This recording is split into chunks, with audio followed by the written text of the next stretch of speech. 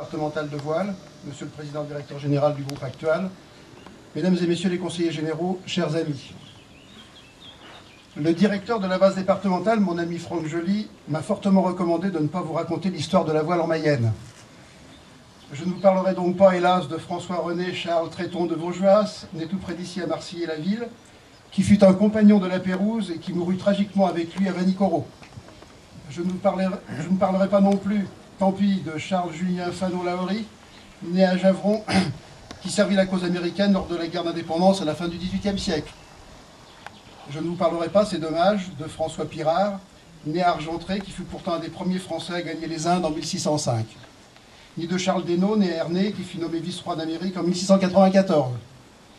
En ce qui concerne le siècle écoulé, il me faudrait évoquer Marin-Marie, né à Fougerolles-du-Plessis, célèbre écrivain et peintre de marine, qui navigua en 1925 sur le pourquoi pas du commandant Charcot. Et c'est sur ce plan d'eau qu'aujourd'hui naviguent ses arrière-petits-enfants. Je dois m'arrêter en vous invitant tout de même à aller visiter à Laval l'espace Alain Gerbaud et voir le sister ship de son Firecrest.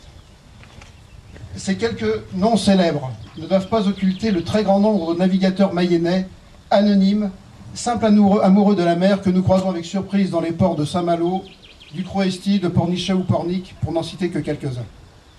Il y a donc eu de tout temps un attachement profond des Mayennais pour la mer. Beaucoup plus près de nous, il y a environ une dizaine d'années, l'enthousiasme communicatif d'un pratiquant mayennais ici présent, je veux parler de Philippe Guédé, nous entraîna dans une belle aventure.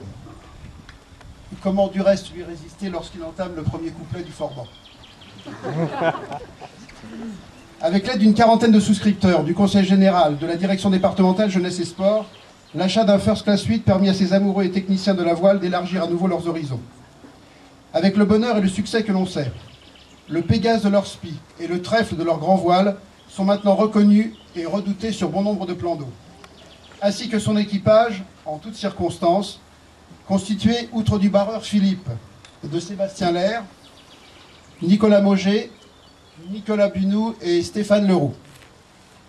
Cette dynamique en entraîna une autre, en toute logique, sous l'impulsion de Dominique Collet, président de cet outil exceptionnel et indispensable qu'est pour nous cette base départementale. Il décida le Conseil général à nous renouveler sa confiance. Ce projet n'aurait pas non plus pu voir le jour sans le soutien logistique et financier et les encouragements renouvelés du groupe Actuel et de son président. Un grand merci donc à l'un et à l'autre de nous permettre aujourd'hui le baptême de ce J80.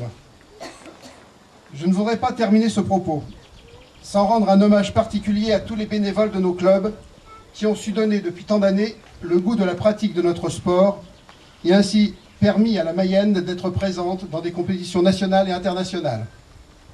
Je pense à l'Amicale de Croisière, au club de voile de Mayenne et à la base nautique de la Chênaie dont sont issus Pauline Perrin, classée 3e française en planche olympique, Rémi Ledoux, vice-champion d'Europe en raceboard junior, Clida Numo, 3e au championnat de France minime l'an dernier. Tout récemment encore, la participation des moniteurs de la base départementale à la régate voile en tête, dans le cadre d'un partenariat avec les hôpitaux mayennais, s'est soldée par une victoire face à des équipes nationales et internationales. Bravo à eux. Comment par conséquent pour le comité départemental de voile ne pas être fier et heureux de ce qui se poursuit aujourd'hui? Merci à vous.